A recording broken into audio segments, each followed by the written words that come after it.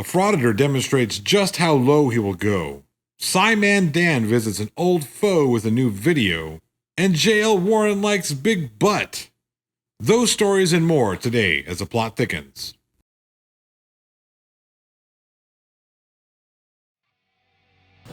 Rack focus.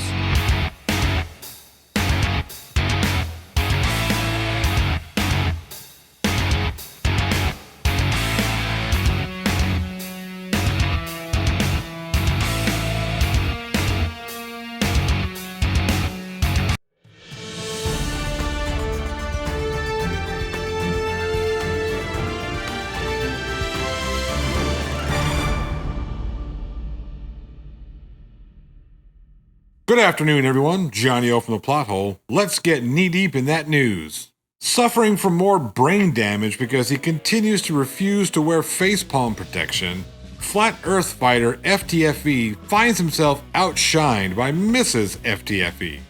Anyway, you can't do the video yet. You haven't finished watching it.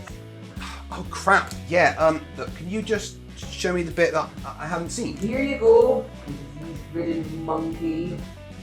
Wait, but what did you say?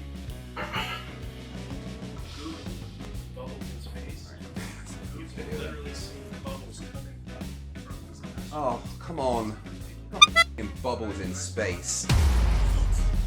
Facepalm protection! Ugh! Not again! Right! Wake up, you useless organic waste of atoms! What the hell is all this noise? And again. Didn't NASA install you to stop this kind of crap? Yeah, but I mean, it's mainly your problem. You're the one that married him. Okay, so that means there's two of us that are supposed to stop him doing stupid stuff. Shit. Well, you're gonna have to present this episode. It's only for me. I'm not programmed for that kind of stuff. I don't want to do it. I'm not doing it.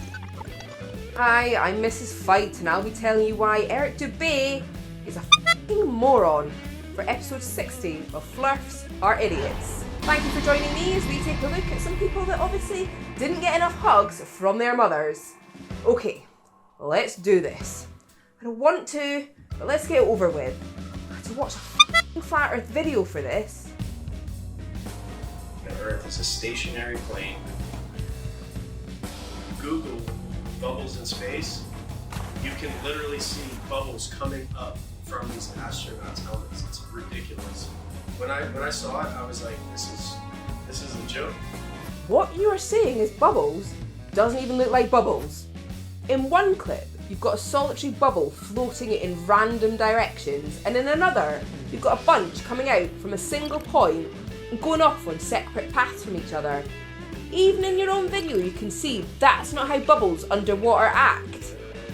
There's another reason you're wrong as well, but frankly, I can't be bothered to figure out how to explain it. So you, for what I'm sure isn't the first time in your life, can go to the remedial classroom. Perhaps this will be the beginning of Mrs. Fight's takeover of the channel. I mean, honestly, she is nicer to look at. SciManDan revisits Flat Earth's silly person Howard George Stirrup as he attempts to debunk the globe model, all the while demonstrating the globe model. Honestly, I really don't know who's worse here, the Flat Earthers or the rest of us who continue to subject ourselves to this nonsense. Hello all and welcome along to another episode of Flat Earth Friday with me, SciManDan. Thank you very much for joining me. Before we begin today, a quick shout out to the podcast channel. Last week, Katz and I interviewed Robin Ince from the Infinite Monkey Cage podcast and it was brilliant. I'll leave the link in the description to that. Please do go and subscribe. There are lots of clips on there. So, yes, Howard George Stirrup is back and he is back with a vengeance. He's trying to make a difference with his new series, Global Skepticism. And we start with his opinion on Venus and star trails. Away we go. After the sunset, you can see Venus in the blue sky when the sun's setting behind it, and it's very clearly bright and it's flickering like the stars. Okay, yes, the sun is sometimes setting behind Venus, but because of how bright Venus is and how far away it is and the fact that our eyes can't resolve it, it still appears as a bright star to us. However, if we look at Venus through a telescope, then we actually see that it's usually in a phase and has phases similar to the Moon. Excellent evidence for the heliocentric model, I might add. I recommend everyone make that observation instead of laughing at me about it, because I don't see how a rock could reflect sun when the sun's behind it and how it could be so bright. Whilst Venus is a rock, as Howard says, it's continually covered by a thick, dense atmosphere of carbon dioxide, nitrogen, and sulfur dioxide. It is this atmosphere which reflects the sun's light. As Stirrup has promised a series of this nonsense, I'm sure that SciManDan will have plenty of episodes to fuel his, self-loathing need to debunk Flat Earth. Keeping It Criminal took an important time out from his gator hunt in order to point out an egregious affront on basic human decency. So who is our criminal today? Well, we've seen him all before. He's made noises that none of us like. Oh! Somebody spit in his face. She spit me on my face right now! She spit in my face! And he enjoys really ugly, gaudy, and fake jewelry. It's Silence Boy. Oh! Silence Boy did a big brain move and audited a funeral.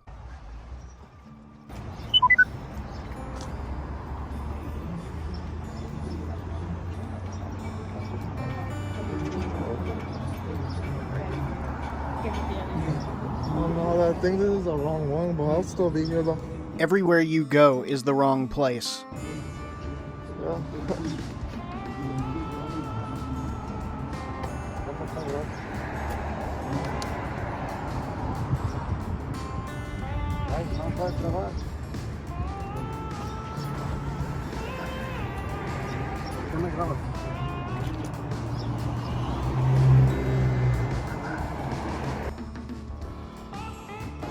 This guy is tripping. Anyone with a brain would be tripping if they had to come face to face with some jackwagon with a camera infiltrating a funeral. You don't have enough respect for the living. You sure as hell don't have respect for the dead. It's really funny though.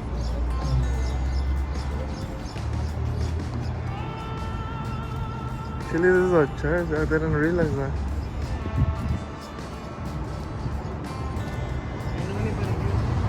Huh? Do you know anybody here? No. Can you go record somewhere else? Just out of respect, please. He has no respect for himself, much less anyone else. It is public, dude. You can't really tell me that. No, I know, but if You could be recording anywhere I want to. I'm in public. Bro, I'm not gonna ask you again. Back off, okay? I could deal with Okay? Back off, I'm warning you. Yeah, I know, but you're getting too close to my bubble, dude. Okay? Back off, I already told you. He told you. I know you're, okay? I know you're streaming for your streamer. No, shut up and let me alone, okay? Here's a novel idea. If you want people in the public to leave you alone, don't go in the public and record people who don't want to be recorded. This silliness has to stop. But we will get into that later on in this show. Keeping It Criminal continues to point out the dishonesty by Silence Boy as he audits a funeral.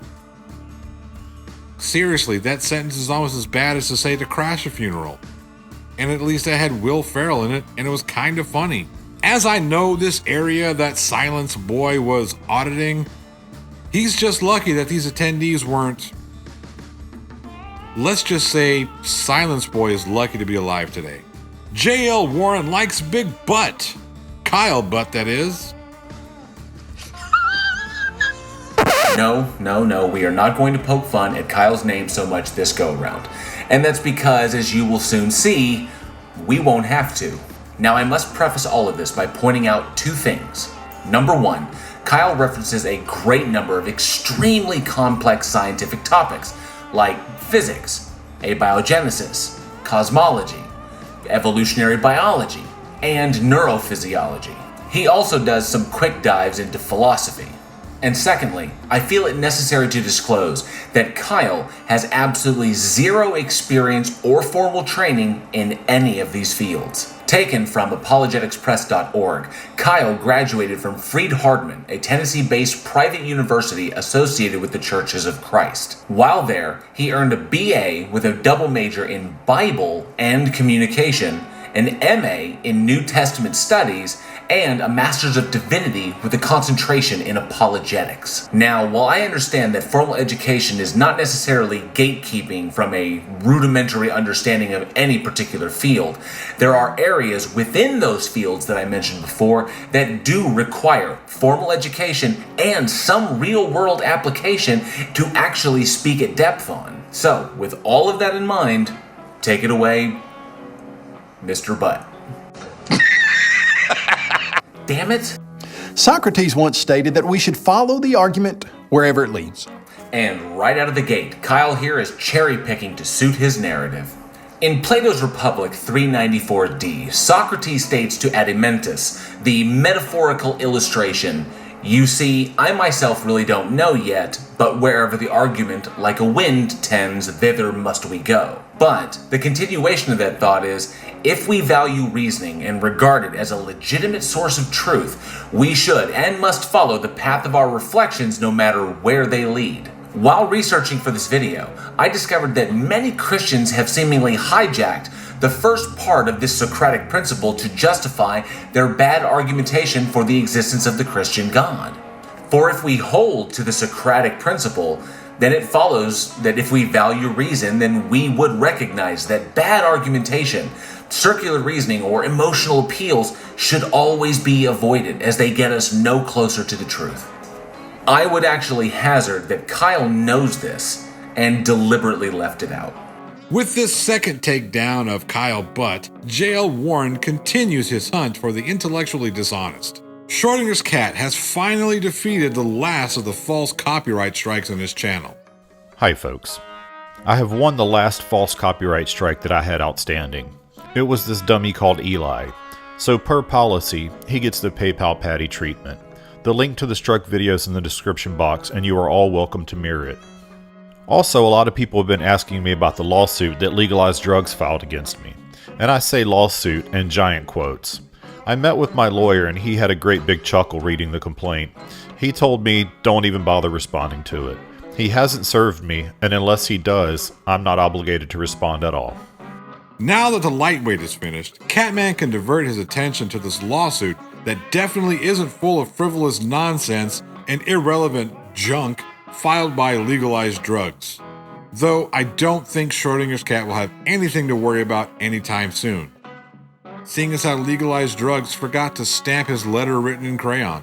Finally, let's talk about First Amendment auditing. We seem to have a misunderstanding as to what the First Amendment means. Some take the Constitution as something that is concrete and can never be changed. I like to call those people absolutely wrong. The fact that we have amendments to the Constitution demonstrates that fact. We've also had many interpretations and legislation passed that defines what freedom of really means. For instance, a person can't run into a crowded theater and yell fire. That's not protected speech. Freedom of the press? Sure, we have that, so long as you're not making up and printing lies about certain people. Slander and libel laws limit your freedom of the press. Those on the Frauditor side lambast us who point out the stupid things they do in order to get YouTube video views. And that's the issue. A lot of these First Amendment auditors operate under the guise of journalism. Now, just about anyone can be a freelance journalist, but that does come with certain ethical responsibilities. You would know this had you studied journalism. I did. I have a minor in journalism. I have worked as a journalist. Part of being an actual journalist is knowing how and when to stay out of the story. As a real reporter, you should never seek out the opportunity to be the story. And that's what these First Amendment frauditors do. They insert themselves into the story they say they're covering. They seek out a situation in order to garner a response from police, postal employees, government officials. Hell, they've even started to look at privately owned businesses. If the idea is to record the police, fine. Most officers don't have any issues with you recording. I mean, they're wearing body cams. The issue that most officers have is where you decide to record. Officers have a duty and responsibility to make sure they protect themselves, the public, and the person whom they're investigating. Now, if you're not a part of this, if you're an auditor, if you're somebody who's cop watching, which is perfectly okay, but if you're going to be a cop watcher, The officer has the right and the duty to make sure that you aren't going to pose a threat. In other words, if an officer asks you to move to a place where he can keep an eye on you and keep an eye on his subject, then you should move. We don't need all this "I'm allowed to record wherever I want" nonsense. If you are truly there to keep the police officer honest, letting him know that you're there doing what you're doing is perfectly acceptable form of doing that. "Officer, my name is so-and-so. I work with this News Now organization. I'm here to watch to make sure that nothing illegal goes on." 9 times out of 10, the officers say, "Cool, can you do it from right over there so I can keep an eye on you to make sure that you are not going to be a threat?" If you have a problem with that, you shouldn't be doing what you're doing. Look, I get it. Some cops have done some pretty shitty things, and we need to document that and hold those cops accountable. I don't have a problem with that. Most of us don't. But let's not confuse what most frauditors do with actual journalism. If you want people to consider you a legitimate news source, then keep yourself out of the story. Yes, interview all the officials you can interview. Interview the police officers, interview the government officials. Ask them the hard questions. Absolutely. Get to the bottom of whatever story it is you're trying to cover. Hold them accountable. But let's not engage in immediate ambush journalism. Otherwise, be honest about your channels and admit that you're doing this for YouTube views. Yes, just like the rest of us. Alright everyone, that's our show. I hope you enjoyed yourself. If you did, do me a favor, hit that thumbs up button. Subscribe to the channel if you haven't done so already.